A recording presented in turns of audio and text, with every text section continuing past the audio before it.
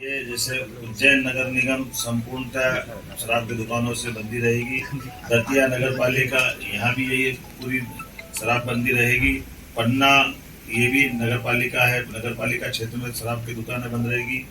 मंडला नगर पालिका, मुल्ताई नगर पालिका, मंदसौर पशुपतिनाथ की नगरी ये भी इसी प्रकार से इनके साथ बंद रहेगी।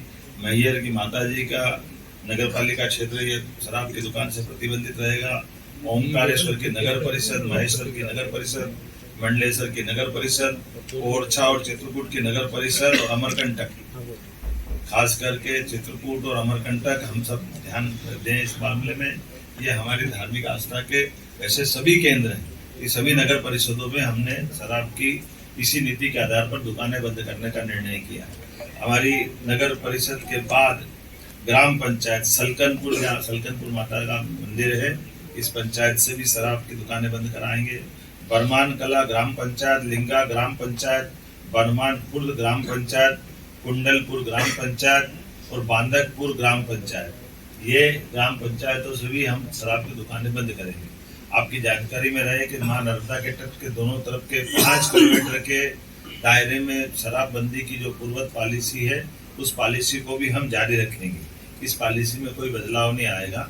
कुल मिलाकर के प्रदेश भर से जो मैंने आपके बारे में बताने का प्रयास किया है कि हम ये शराबबंदी का हिस्सा चलेंगे। एक मुख्य कारण यहाँ की बैठक करने का और भी था, कैबिनेट की बैठक का, जो नारी सशक्तिकरण की दिशा में हमारे यशस्वी प्रधानमंत्री की जो भावना है, गरीब, महिला, किसान और युवा, ऐसे में युवा और किसान की पॉलिसियां हमने मिशन मोड में पिछली कैबिनेट में लाए थे। आज ये नारी सशक्तिकरण की दिशा में हमारे कैबिनेट का पहला ही एजेंडा था, जब हम अपने बहनों की जिंदगी में बेहतर से बेहतर सरकार क्या मदद कर सकती है और स्त्री सशक्तिकरण का ये सबसे सक्षम उदाहरण राज्य बने, इस दिशा में हमने आज खासकर महिलाओं की सामाजिक आर्थिक विकास के उद्देश्य के लिए विमेन लीड डेवलपमेंट प्रयास के आधार पर हमने ये पूरा योजना बनाई है, जिसमें शिक्षा, स्वास्थ्य, पोषण, आर्थिक विकास और सुरक्षा, साथ ही साथ महिलाओं और बालिकाओं की विभिन्न सरकारी सेवाओं में पहुंच निश्चित हो, महिलाओं के आर्थिक स्वावलंबन, समाज में आर्थिक भागीदारी बढ़ाने के एकीकृत प्रयास करना, समाज में महिला और बालिका की सकारात्मक व्यवहार हेतु परिवर्तन, पुरुष संवेदनशीलता बढ़ाना, ये ऐसे कई प्रकार के कामों के साथ हमने मिशन मोड पे चलने का प्रयास किया है, जिसमें मिशन के प्रमुख लक्ष्य में जन्म के समय लिंगानुपात 5 अंक प्रति 1000 की वृद्धि में वृद्धि करना,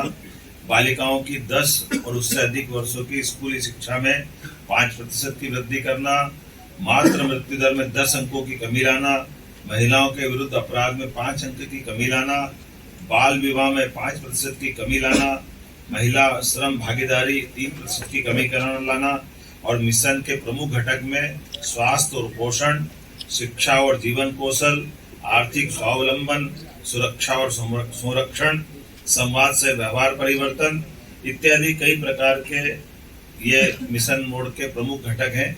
उम्मीद करेंगे नारी सशक्तिकरण की दिशा में यशस्वी प्रधानमंत्री श्रीमान नरेंद्र मोदी जी की भावना के अनुसार मध्य प्रदेश अपनी बहनों की जिंदगी को बेहतर करने के लिए योग्य भूमिका निभाएगा।